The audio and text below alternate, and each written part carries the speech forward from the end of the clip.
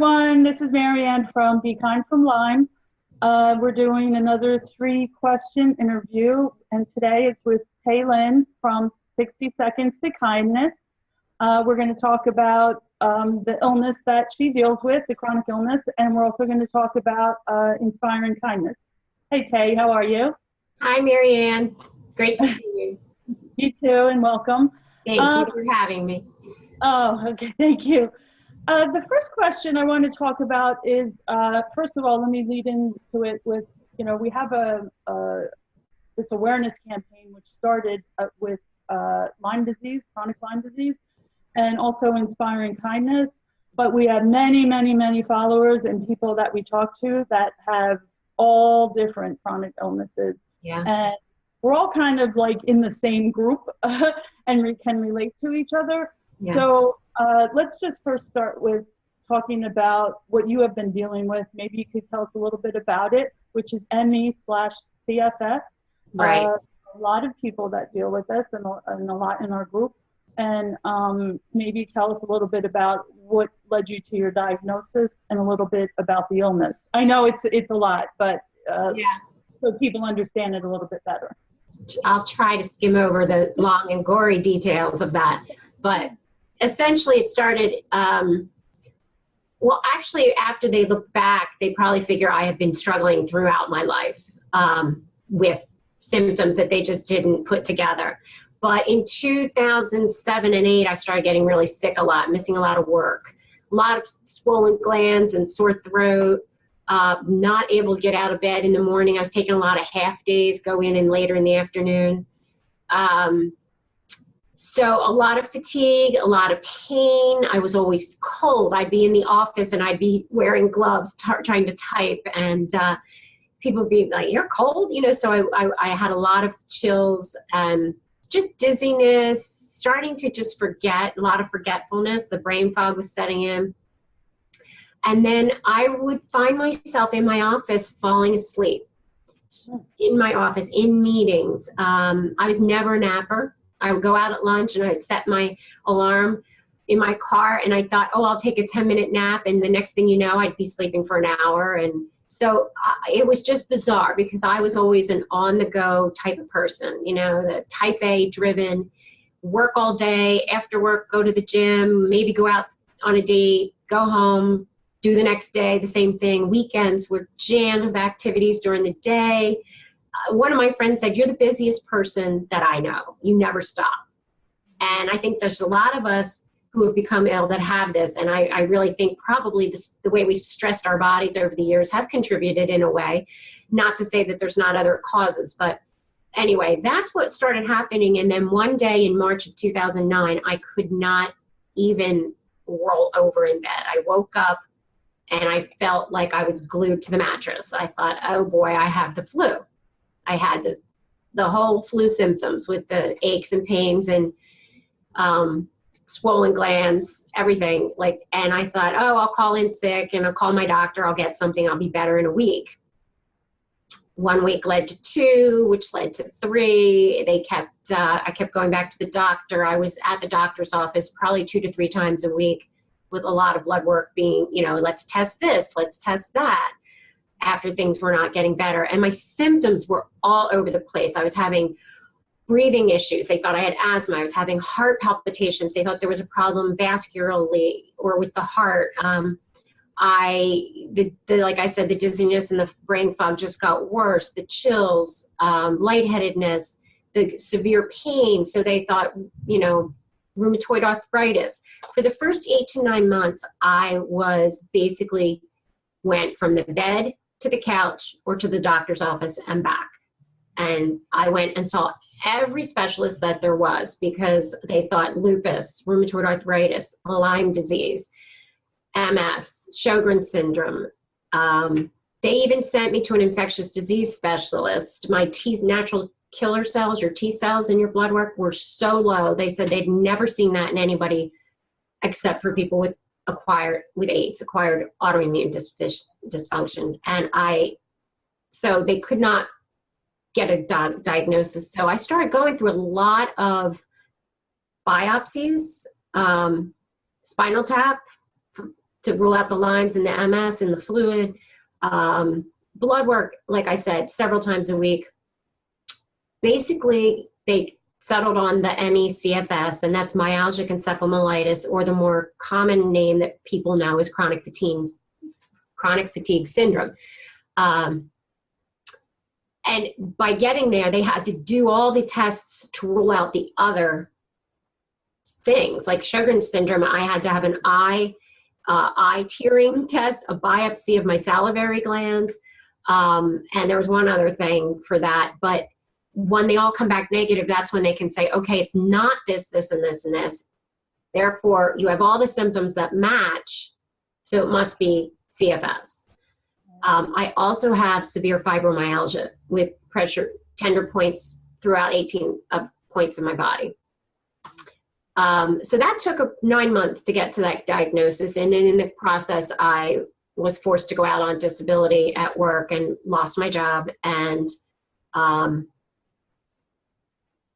told to apply for Social Security disability. And we just didn't know when would I be able to function normally again, which normally, as you know, yeah, is not the prior self that we were. We could have a new normal, and every day is different. Right. So that's how it all began.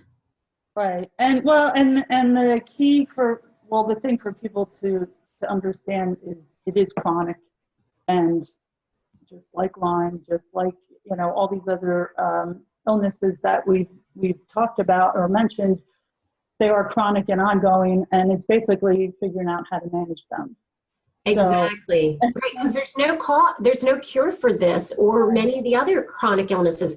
And chronic means just that. It's all the time. It's not acute, which means you go to your doctor, you get an antibiotic, and it goes away in a week or two.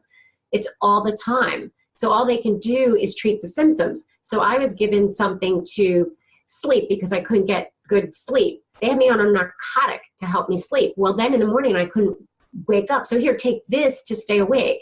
You're in so much pain. We went up the levels of painkillers till I was on morphine. I mean, so how are you really even functioning every day when you're on all these things? You're in a brain fog already, but then you're on that stuff. I know. It's insane, really, what goes on. And, if people, we were talking about this before, you and I, about, people see us even just for a moment of up and about, or like I have 3 coats of makeup on right now, Right. And, it's like, oh, I'm glad you're better now. It's like, well, but then, you don't want to be down in the dumps and constantly saying, well, really, no, I'm sick all the time, when you're not seeing me for this 1 minute, but it's very hard to explain any chronic illness. So unless you have it, then you just know. And we all, like I said, we're all kind of in the same community. Well, we're in the same community. Social media, that's how you and I met. That's Right. how most of us have met. And it's like a big family, not just in the United States, around the country. Right. And that are affected by all of these illnesses. So, well, that leads into the second part of this, and I had introduced you from 60 Seconds to Kindness, and that's one of the reasons that I wanted to speak with you today, is that we are a inspiring kindness campaign also, and that's what you do. You have your blog, you're on the social media, all those links will be posted for people to check it out.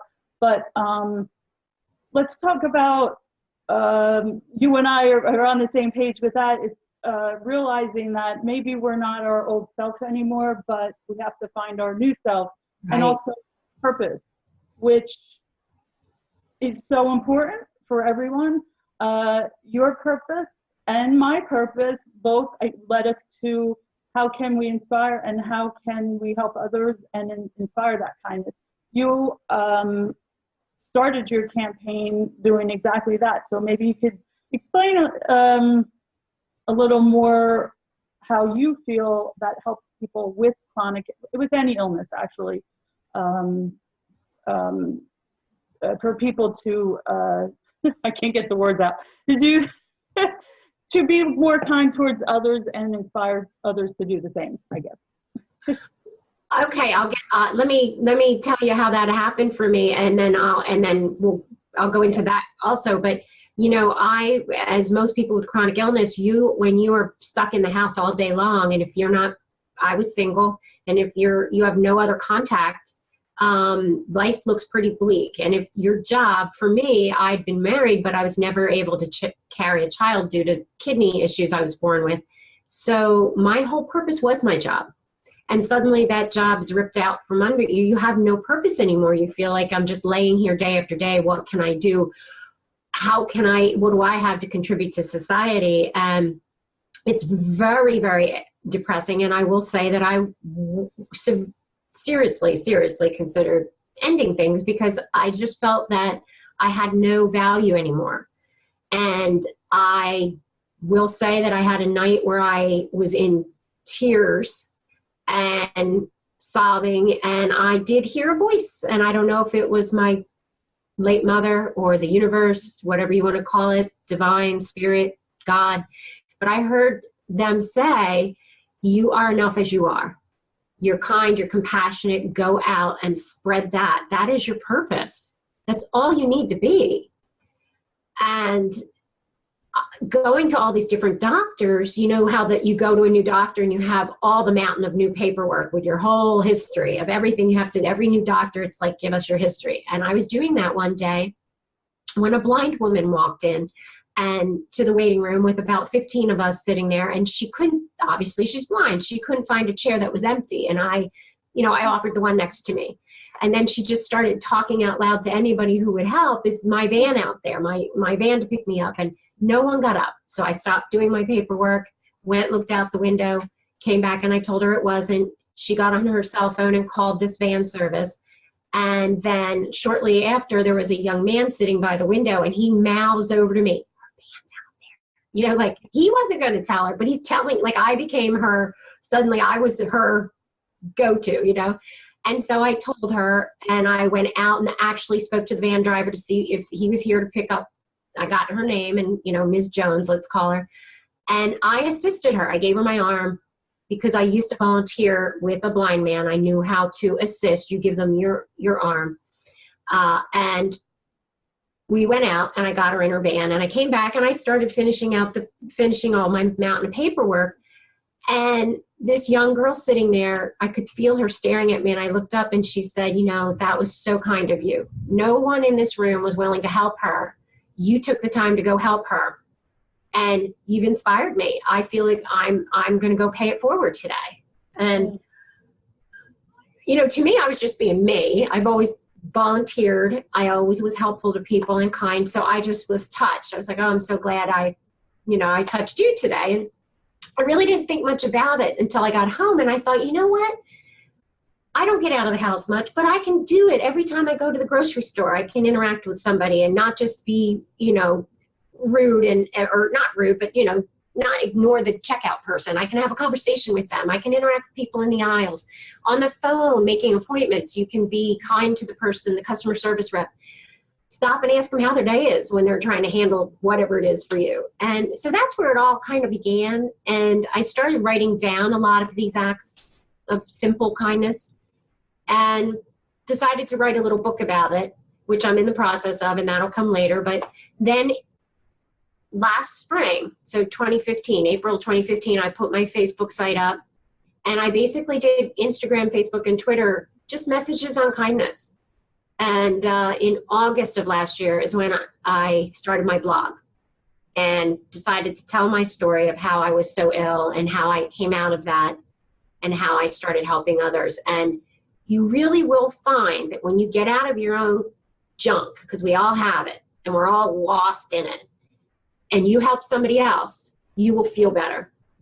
And it's been proven to reduce anxiety, depression. Acts of kindness help others. And I have a little free gift for people on my site later. You can put that up. But it's exactly that. It's 10 ways to help other people. It will make you feel better and improve your own health. It improves your outlook. Instead of wallowing in everything that you have going on, they're not going to go away, but there's a way to focus on somebody else who may be going through something worse. They may have terminal cancer, and you giving them a few hours or even a phone call and brighten their day will make you feel better. And I know we've talked about that. Yeah. Oh, and everything you said, I agree 100%. I mean, it does. I know so many people that are severely depressed, and I have been myself. I won't get into, but quite a few people know about that. And you know, there's many days that it's just bed, it's Netflix, you know, watching movies or whatever. But there's a lot of people that I spoke with, and you inspire me. Many others have inspired me. I love everything that you're doing, because I agree, you're helping others, but it's also helping yourself. Yes. In a way. Right. Mentally, it's even physically. I mean, it really does. And there's a lot of people I've met, especially on Instagram, that are very depressed for various reasons, not just illness, you know, personal, family or relationship or whatever, that, you know, you have to be careful. I don't want to tell them what to do, but I do always say, if there's a way to volunteer, if there's a way to help someone else, whatever it is. And then they have to understand that even if you're in bed all day, every day, which I have been myself. Yeah. On your phone, you know, there is a way. There's a way. And I really hope that people go to your blog. There's a lot they can read there to be inspired and learn about this. And which leads into, I wanted to talk about the books that you co-authored and contributed to, so people know about those, and maybe you can show those on the screen, but we're also going to post so people know how to purchase those. If you want to go ahead and talk about your books, then. Sure. Yeah. And well, I know, you know, just like you said, you know, being in bed all day, or the key for us, I think most of us with any type of illness like this, where fatigue and pain and that migraines, dizziness, all those things, we all have a lot of the common symptoms, is the unpredictability. So you don't know until the morning of how your day is going to go. You could have a lot of things. It's hard to plan to even do anything, because you could have a lot of things you want to do or you hope to do, and you don't know till you wake up. So writing for me was one of those things where, okay, when I'm well enough, I can write some things down, and, you know, social media is a quick post, but trying to write a story, like I mentioned, my Kindness Junkie book, which will be coming out hopefully by the fall. It's in the production stage. I've finished writing, it's going to the publisher, but that took me over a year, and it's a simple little book of 50 acts of kindness with quotes and reflection questions and journaling, but it took over a year because there were months, weeks that I couldn't work on it. And so what I could do was write my blog when I felt well enough, which initially I intend to do every other week, and that's down to once a month, because I don't feel well enough to submit a blog. We all understand that. But the books that you talked about, I decided to join this collaborative group of authors that produce these books that have over 200 authors in each book. And this is the first one. It's 365 Ways to Connect with Your Soul. And this is the subsequent book in the series, which is 365 Moments of Grace. And they're both put out by Jody Chapman and Dan Tech, and then all the other 200 and some authors. What they are is one page a day, like those old one page a day calendars, but it's a story per day. And it literally turn to January 1st, and you read that person's story for the day, all the way through to December 31st. And the first book is, it's up to the author to define how they connect with their soul. And in my case, my story was about breathing and meditation, slowing down. Stress causes a lot of problems in our body. We tend to hyperventilate. We swallow a lot of air, so our stomachs are bloated. I mean, there's a lot of side effects of not breathing properly. So I talk about a simple way that I learned to meditate, because meditation for a lot of people, they think it's hard. You can do a quickie 5-minute meditation with an app that I discovered. So I talk about that. And then the 365 Moments of Grace, my story is about my late mother, memories of her. How we define grace was the topic of that book. And staying connected with her through messages that she sends to us. So those are my two collaborative books, and I'm working on another book, will be up in a few weeks. It's a little recipe book with a little bit about my story dealing with digestive disorders. CFS is a neurological illness in that the brain, being cold all the time is because our bodies don't know the neurological pathways to tell our bodies to control our temperature. It's hard. Those are interrupted. The nerve, the brain that tells the nerve to the stomach to digest the food and move it out of the stomach, that's interrupted or broken or whatever, not functioning. So I found a way to deal with my digestive disorders because there were days that I looked like I was 3 months pregnant. Mm. And so it's if you have any type of digestive stomach or intestinal issue, you know what I'm talking about, the kind of pain that you deal with. So I have a little ebook that's going to be coming out in a few weeks, smoothies that I did a lot of research about the ingredients. It's not just a fruit smoothie, it's greens and fruit and spices that will help with inflammation and have really reduced the bloat, help me get the nutrients I need. It's one of the key things that I feel has helped me feel better in dealing with this illness. So a lot of the prescription drugs out there, my body cannot deal with due to my small stature and the kidney issues I was born with. So I've turned to supplements and a lot of holistic ways, supplements, acupressure, hot water therapy for the fibromyalgia, spiritual meditation, positive affirmations. Those are the ways I deal with my illness now that I've found have been most effective, rather than putting me on narcotic after narcotic that just leaves me completely like a zombie. Yeah. Yeah. Yeah. Well, all of those books, I'm sure everyone will be looking forward to checking out because, I mean, they all sound very inspirational. And then the juicing book, that's juicing and smoothies recipes? For me, it was mostly smoothies, not just juicing. And there is a difference, but I did the smoothies. And I have 10 of my favorite smoothie recipes in that booklet. I want that. I hope to have it up in about 2 weeks on Kindle. But like I said, the brain fog and what day am I functioning well enough to just go through the steps of getting it up. It's been written, but. Yeah. Yeah, no, that one's very helpful.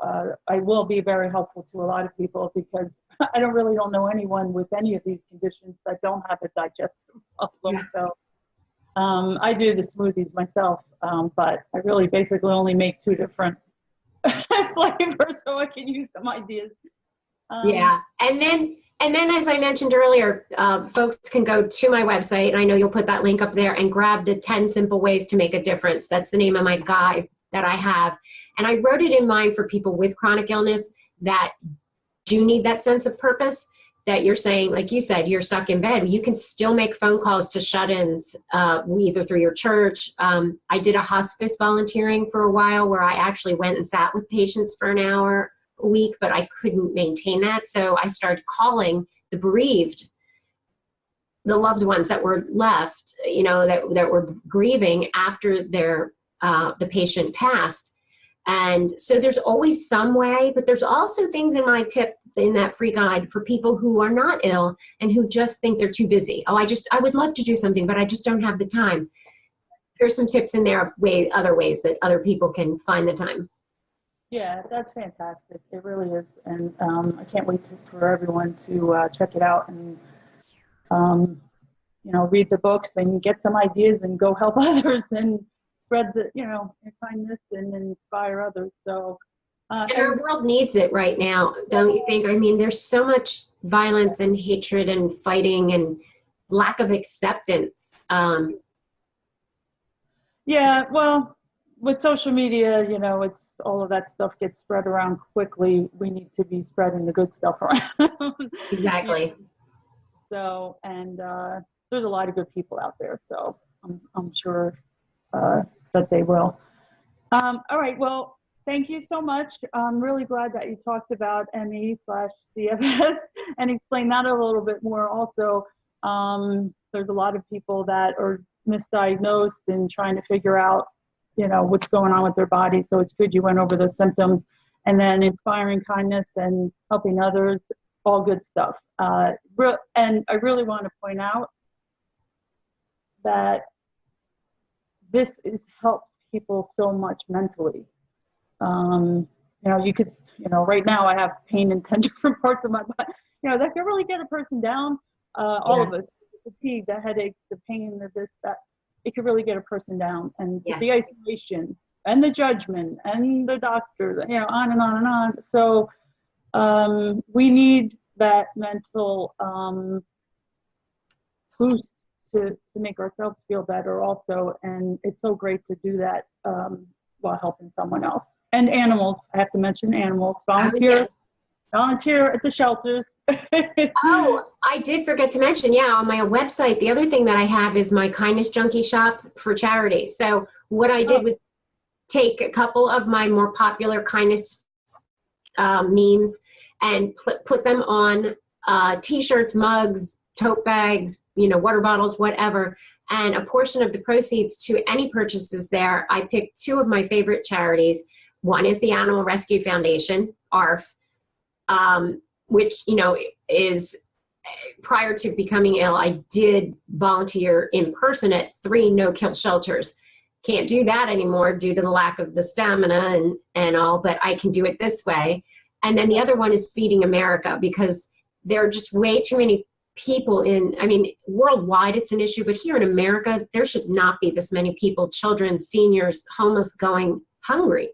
So I put up a little shop for charity on my website to donate a portion of all the proceeds to them. So great, really. Thank you so much. And I'm going to sign off. Just going to say goodbye to everyone. I'm going to thank you again for doing this. And everyone can check out 60 Seconds to Kindness on Facebook, Twitter, Instagram, and we will post the links for that. Okay? Thank you. Bye, Marianne. It was great to be here. Okay, thank you.